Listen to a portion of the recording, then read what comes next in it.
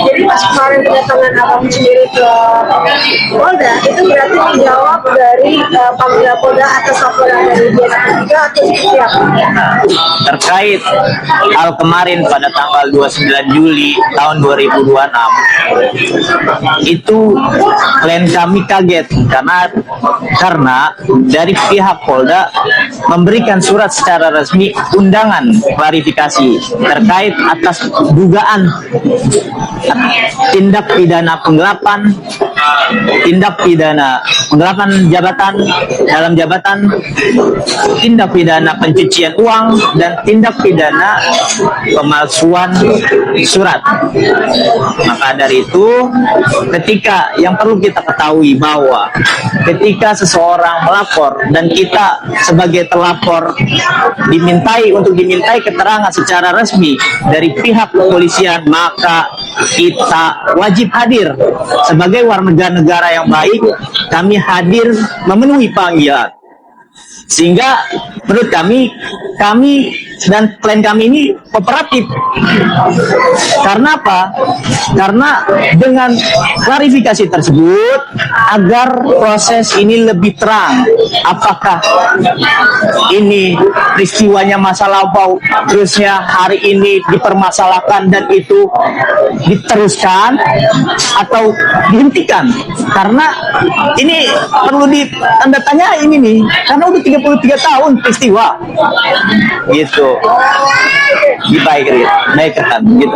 Baik, Bang, ini kan bisa dibilang akhirnya tadi Polda mengatakan bahwa memang benar per tanggal 1 Juli sore dia membuat laporan di Polda Metro Jaya, lalu klien abang sudah diperiksa, tetapi tadi Polda juga mengatakan klien abang ini dilaporkan perihal tentang adanya penggelapan seperti itu ya, terus berdasarkan dari nilai kerugian tuh ada berdasarkan dari dokumen juga, menyebutkan beberapa nominal yang disebutkan kerugiannya cukup besar gitu. Ada ya sebab ternyata di dalamnya itu ada nominal yang tidak sedikit, ini luar biasa gitu. Gimana di bawah? Baik, terkait statement yang disampaikan oleh pihak Polda Metro Jaya, yang disampaikan oleh Humas Polda Metro Jaya, oke, memang ada yang kita benarkan, yaitu pada tanggal 29 klien kami, 29 Juli ya 2026, klien kami telah datang ke Polda Metro Jaya karena adanya laporan dari Diana Pungki terkait tadi memang ada dugaan tindak pidana penggelapan, pencucian uang dan pemalsuan surat. Benar adanya. Namun bicara soal angka kerugian yang dialami oleh Diana Pungki yang diduga ya, pada saat klien kami diminta keterangan di Polda Metro Jaya, tidak ada angka yang disebutkan. Tidak ada angka. Hanya di situ disebutkan memang ada dalam surat panggilan pun sudah ada terkait dugaan tindak pidana, penggelapan, pencucian uang dan pemalsuan surat. Itu jelas. Tapi kalau angka kami tegaskan tidak pernah ada disampaikan baik pemalsuan surat maupun pada saat klien kami memberikan keterangan di Polda Metro Jaya terhadap penyidik. Demikian. Nah, menariknya bahwa ini kan nominal cukup banyak ya.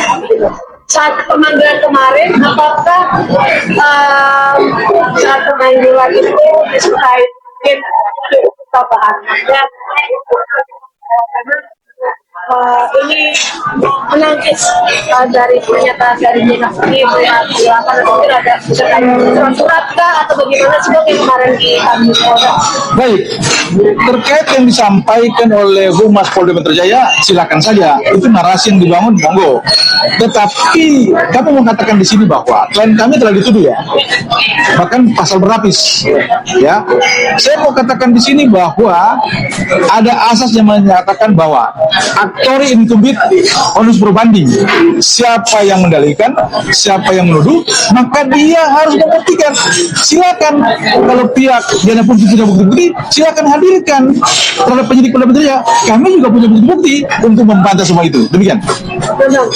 Ya, mungkin kemarin kalau kebetulan siapa aja yang akan bawa kemarin saat pemeriksaan di Polres Subang, kalau boleh tahu nih, jadi kita supaya kita tahu nih misalnya seperti apa, ternyata ada nggak sih maksudnya menunjukkan bahwa memang bukti transferan atau bukti-bukti lain yang didukung. Bukti apa aja sih Bang yang kemarin? Oke, kami punya bukti-bukti terkait pengeluaran yang digunakan oleh pihak rumah tangga maupun saudari Diana Pungki sendiri. Ya, kadang-kadang memang pengeluaran itu kan ada di luar daripada hal yang tidak terduga.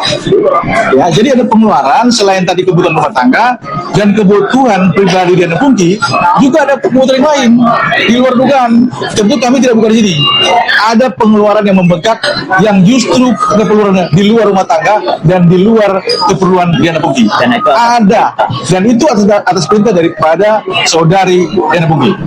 Kita belum buka di sini. Yang jelas saya katakan tadi, pihak Diana Pungki terlapor yang akan membuktikan itu.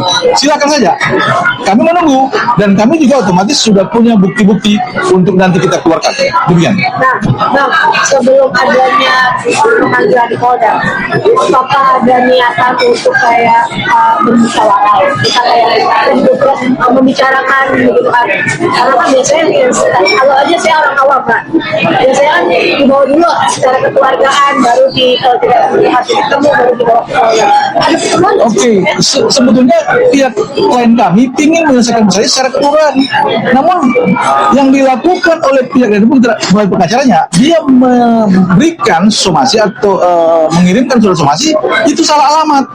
Makanya tertunda waktunya karena alamat sekarang dan kami di Bekasi. Jadi diterima itu somasi di tanggal 3 Juli 2026, laporan masuk di tanggal 1 Juli 2026. Jadi laporan dulu baru surat somasi diterima oleh klien kami. Kan begitu. Ini fakta yang ada. Makanya niat untuk mediasi atau diselesaikan masalah secara kekeluargaan tidak ada waktu lagi. Jadi tidak diberi napas lah. Jadi langsung buru-buru untuk melaporkan di Polda Metro Jaya. Ya silakan saja. Memang hak daripada pihak Diana Pungki. Tapi kembali lagi, kami otomatis sampai saat ini klien kami masih menginginkan untuk menyelesaikan masalah ini secara kekeluargaan. Karena apa? Hubungan mereka ini sudah cukup lama, sudah 33 tahun dalam hubungan pekerjaan. Demikian. Bang, untuk kondisi klien Abang saat ini seperti apa sih saat bisa dibilang percaya ini bagaikan bom gitu kan? Hubungan baik secara 22 tahun itu baru tiba-tiba dilaporkan atas dugaan TPPU. Kondisi beliau saat ini seperti apa? Jelas kaget lah. Bisa dibayangkan, sangat kaget. Nah, hubungan 33 tahun. Terus tiba-tiba tadi karena salah alamat somasinya, laporan masuk di Polda Metro Jaya tanggal 1.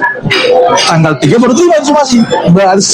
Jelas sangat-sangat kaget klien kami pada saat menerima surat panggilan dari pihak Polda Metro Jaya. Tapi tetap kami katakan bahwa kita kooperatif dengan pihak penyidik. Artinya sebagai warga negara yang baik harus taat pada aturan yang ada. Demikian. Sudah ada mungkin dari kemarin berarti sama 29 kemarin panggil.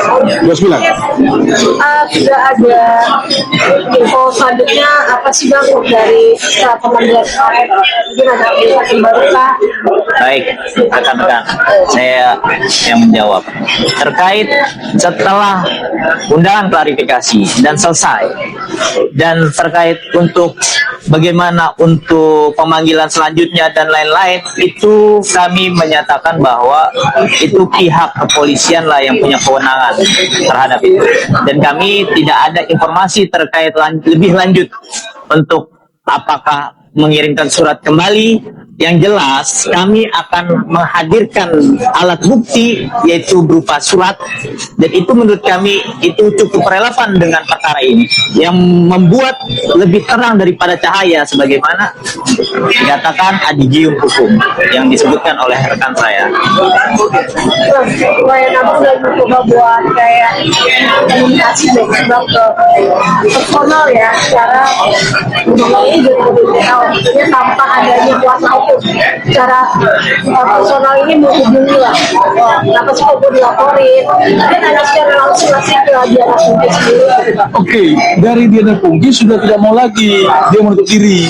Kami sebagai lawyer klien kami, kita sudah coba berkomunikasi dengan lawyernya Diana Pungki. Namun jawaban dari lawyer dari Diana Pungki mengatakan mereka akan koordinasi dengan kliennya. Sampai saat ini belum ada lagi jawaban yang pasti dari klien Saudari. pengacara daripada Diana Pungki. Padahal kami sekali lagi kalau memang ada jawaban, ada niat, maka kami akan bertemu, kemudian kita akan bicarakan terkait menyelesaikan masalah ini secara kekeluargaan atau perdamaian. Kami lagi tunggu. Demikian.